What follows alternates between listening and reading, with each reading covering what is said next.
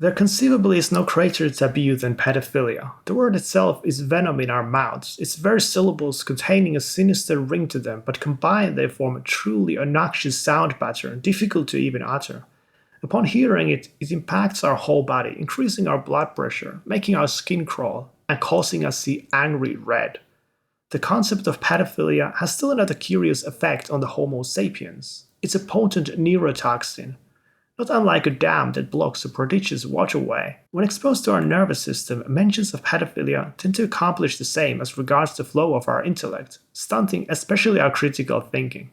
This video is a demonstration of the neurotoxin of pedophilia fast at work on a YouTuber called Some Ordinary Gamers, also called Muta. Some time ago, he uploaded a rant whose main purpose was to call people out on their inability to spot troll or bait comments, focusing on this tweet in particular as it trended wildly at the time. That's all fair, but Muta is also highly anti-pedophile, an agenda which shall comprise the focus of my rebuttal. For what he critically lacks are any sensible justifications for it, in my opinion. Because sound justifications are not an expression of emotional reacting or a matter of shouting loud enough at your mic. They are the result of rational thought, which, regarding Muta as we shall see up next, is sadly and demonstrably affected by the powerful neurotoxin of pedophilia. MAPs are what some individuals like to call minor attracted persons. I'm just straight up gonna call them what they are, criminals, okay, ladies and gentlemen? Anybody that has that kind of a definition attached to them, self-described, absolutely should be subject to federal authorities searching their hard drives, and, if anything bad is to be found, going straight to the jail, okay? That's pretty much what my belief is. Apparently, being a MAP or a pedophile constitutes a crime, but strangely enough, we must still sweep their hard drives, and only if something nefarious is found we may incarcerate them. It's almost as if pedophilia, that is, a primary sexual attraction to children, isn't a crime itself, even though Muta implies it is. Now, some of you may be thinking I'm being dishonest, just purposefully being caught up by individual words or some ineloquency on his part, missing his point. But the sloppiness of his messaging, or whatever mediocrity we are witnessing, has really become a pattern. Already 3 years ago, Muta was confused whether being attracted to kids is illegal or not. Because at the end of all of this, when you're attracted to kids, literally something illegal, the next phase from thoughts goes into performing the actual crime. And that's what I'm getting down to, ladies and gentlemen. It's one thing to not grasp there's no thought crime, but for Muta to be discombobulated over it for 3 years straight and still feel he's competent enough to discuss it, that's next level really. It's akin to somebody producing content about the moon for years while being hopelessly unable to decide whether it's made out of cheese or not. Moving on to his actual points, he argues federal authorities should search MAP's hard drives, but in no way elucidates on how they're able to achieve this. Even if we allow this is fair somehow and not profiling at all, how are the authorities supposed to accomplish this exactly when they can't tell who's a pedophile? Are the psychotherapists supposed to rat out them or something? Yeah, we totally need a new barrier for MAPs to seek help because it's so easy for them now. Regarding the other contention about pedophilic thoughts leading to actual crime, that seems way too categorical a statement. Important to note is that tendencies to impulsiveness or antisocial behavior, which, though at the core of etiology of crime, are distinctive features not predicted by attraction to minors. Hence, we should reformulate Muta's claim about thoughts leading to delinquency being applicable only to some MAPs, surely not all of them. To paint pedophiles with the same brush is really one of the most thematic symptoms of the neurotoxin of pedophilia. When all one is induced and indoctrinated to feel towards the population is sheer hostility, all nuance is lost, and individuals are but a mass. If you think, whoa, Muta, you're a little risque for that, let me remind you, unhinged person, 99.99% of the world rightfully has the same opinion. It's actually the one opinion that brings everyone together no matter what. Muta thinks 99.99% of the world believe MAPs are criminals whose hard drives should be examined. Again, rather superfluous to say if they're automatically offenders. Be that as it may, it's crystal clear he made that statistic up. But for the sake of argument, I say we play along.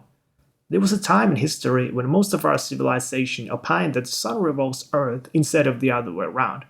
And it just goes to show majority opinion is not automatically right, and the kind of fallacy wherein you insinuate it must be even has a name, the bandwagon fallacy.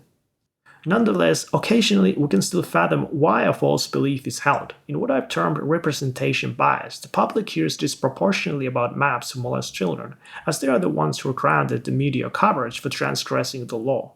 Now compare this to the law-abiding types drawing only negligible attention and being nigh invisible to us. It's appreciating this devious asymmetry that renders some of the anti-pedophile ideology, albeit wrong, understandable at least. Of course, ladies and gentlemen, during one of its peaks, that map tweet that they made actually hit up to around 500,000 almost users. Now, obviously, it went up to multiple millions. It was shared a whole heck of a lot. And it's one of those things where anytime maps trend, unanimously on the entire hashtag, everyone is hating on it. Why? Because maps are unanimously hated. Granted, if one conceptualizes the whole population as wrongdoers, reacting to them with hatred almost comes along with that really. Still, research beyond sensational news stories tells us many, if not most pedophiles live responsibly, although their existence is something you probably should be able to figure out on your own anyway. That being said, things aren't that straightforward when it comes to reflection of this sort. Before moving on with the clips, I hope you can bear with me as I briefly elucidate on this. Some years ago, while walking along the fancy corridors of my university, I was pondering a conundrum, an enigma that some of my viewers may have tried to riddle out too. Namely, why is there so little progress concerning maps? Why is our perception of them still so crude and medieval that it's like something straight from Heinrich Kramer's The Witch Hammer? Well, I came up with a hypothesis that I would argue is another piece of the puzzle, not unlike representation bias previously alluded to. Indeed, these ideas on their own are not meant to act as comprehensive explanations for this modern witch hunt, but rather distinct mechanisms with a cumulative effect. This one is a type of a vicious cycle, which I call the reluctance to reflect model. A vicious cycle, also called a vicious circle, is an unfortunate circumstance in which negative effects reinforce one another in an insidious loop. On the left-hand side, we have the ubiquitous hostile mindset toward pedophiles, the intensity of which being enough to elicit strong disgust in us. The result is unwillingness to think about the object of that aversion, as that would make us exceedingly uncomfortable, illustrated on the right-hand side. Note that when I mention unwillingness to think about pedophilia, I'm not talking about how I personally reflect on it. I'm referring to thinking at all, as you would while reasoning in mathematics, for example. Hence, realizing anything sensible about pedophiles, such as that one's sexuality is distinct from one's morality, becomes elusive to most. Unsurprisingly, this exacerbates the hostile mindset, and the cycle starts anew. Basically, I'd argue we have so little progress because breaking this vicious cycle is so tricky. Even to consider it requires putting aside feelings and adhering to analytical thought, which is neither intuitive nor psychologically gratifying.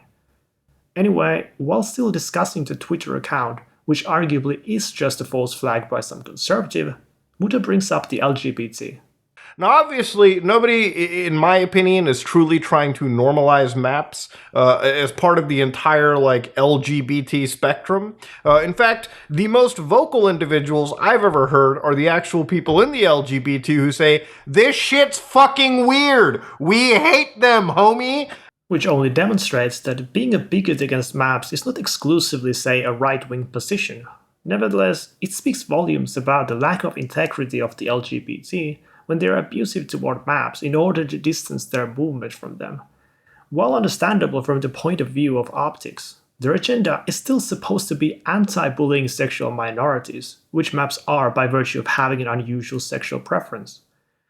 Look, I'm aware this is controversial, but if pedophilia were not a sexual preference, that would entail pedophiles wouldn't be primarily attracted to children, and there would be no point referring to them as pedophiles, because they can only exist insofar as sexual preference toward children exists.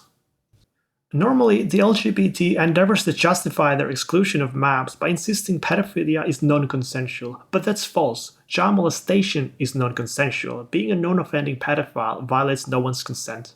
Are there actual maps on the internet and people that genuinely have these beliefs? Obviously, there's a fair amount of weirdos on the internet. And it's those weirdos that as soon as they're pretty open about their beliefs about such a disgusting, decrepit matter, the entire internet pretty much all comes down, orbital laser cannon, and fucking nukes them off, ratios them to high hell. Well, to be sure, a prominent part of our society is intent on deplatforming maps and their allies, but usually not through discussion and critique, but censorship, and that's the issue. Let's not forget the university professor Alan Walker, who contended that acting on pedophilia is what's immoral rather than the preference a few years prior, was never debunked in any shape or form. Walker was simply silenced and forced to resign due to threats. For my regular viewers, I apologize for sounding like a broken record to bring up this again. It's just so illustrative of how society invariably turns a blind eye to injustice regarding maps or their allies. And honestly, I never want to live in a world where a belief like minor attracted persons are ever supposed to be accepted. The day that that world happens is the day that I'm moving to the goddamn moon and living as a full recluse. Because at that point I can't trust y'all humans anymore. Y'all are too far gone. One way this massively ineloquent gibberish could be construed is that Muta hopes the term map never becomes legitimate. Yet, ironically, these same individuals who complain the loudest about the word map tend to be the ones abusing the term pedophile the most. Here's a pro tip. If you feel so strongly against new words being introduced, then don't bastardize the old ones. The entire map movement, if you actually wanted to look at the history for it, is a movement that originated out of Tumblr of all places too. Around 2016, there were actually map boards that were literally all about promoting this disgusting ideology. Even those posts weren't real. It was literally just a bunch of people trying to start up a psyop, so to speak. So we are to believe the map movement started in 2016 on Tumblr as a psyop. Now, at the very start, to introduce the term map, Muta referenced a research paper which compares offending and non-offending maps. Maps are what some individuals like to call minor attracted persons. The problem is, I don't think he actually read the thing, but I did. It's one thing when people are debunked by science, but when their shit is refuted by their own academic sources, the degree of failure is tragic. In this study, we will use the term minor attracted persons, MAPS, to refer to individuals who experience persistent attraction to children, as this term is preferred by individuals who self-identify as attracted to underage minors. So, they're referring to a study from 2011 here, which means the term must have existed before 2016. But that's only a word you may contest, it doesn't presuppose activism, right? Well, how about organizations such as Virtuous Pedophiles, founded in 2012, or Before You Act, that originated in 2003, and lastly the infamous NAMBLA, founded way back in 1978. But it gets worse for Muta. Regarding some of the findings and conclusions of his paper, firstly, pedophilia seems like a sexual orientation. The early age of onset, coupled with the decades-long duration, underscores the stable nature of pedophilic attraction, consistent with the notion of pedophilia as a distinct sexual orientation. And secondly, non-offending pedophiles tend to be law-abiding due to a set of stable traits instead of, say, mere lack of opportunity explaining it. Our discussion so far suggests that MAP actors and non-actors are distinguished by stable traits, such that non-actors are unlikely to become actors. All these are findings in contrast with what Muta argues across his videos. In light of this, it's sheer absurdity that the one time an anti-pedophile references science, he actually weakens his argument with it. No, I don't believe maps are a real thing. Is the ideology completely bullshit? No. Obviously, there are people who share this kind of a sick, disgusting thing. They're called pedophiles. And they should absolutely 100% be investigated and stopped before they offend and break rules that they can never ever unbreak. That is the reality. Wait, what? Minor attracted people aren't a real thing, yet pedophiles are, even though by definition pedos are attracted to minors. That's sort of being the whole point. Putting this contradiction aside, his assertion that pedophiles need to be stopped is dubious too. It presupposes they're doing something bad. If a pedophile is being responsible, stopping them from being one would be utterly idiotic, like stopping someone from paying for their groceries at stores and turning him into a shoplifter. Then again, I'd argue that for true anti-pedos, it's not about stopping crime against children. The real immorality for them lies in the unwanted and unchosen pedophilic feeling itself. It's just unfortunate that through their obnoxious and counterproductive bigotry in opposition to it, and their insistence to segregate rather than integrate, all these thought tyrants will accomplish is a worse society for everyone else, including children. To summarize, Muta provides neither science nor arguments as a basis for his anti-pedophile contentions, which have shown to be nothing but popular myths, mere emotional reactions substituting higher cognition and refuted by research and reasoning alike. Still, I must apologize for lying to you earlier. The word pedophile isn't a neurotoxin, really. The term was used metaphorically rather. This is good news, for ultimately, it's up to us how sensibly we learn to regard pedophiles, and whether the institutions we have for them contribute to harm or good. The concept of pedophilia is a neurotoxin to you only, if you allow it. That's all I have. Thanks for listening.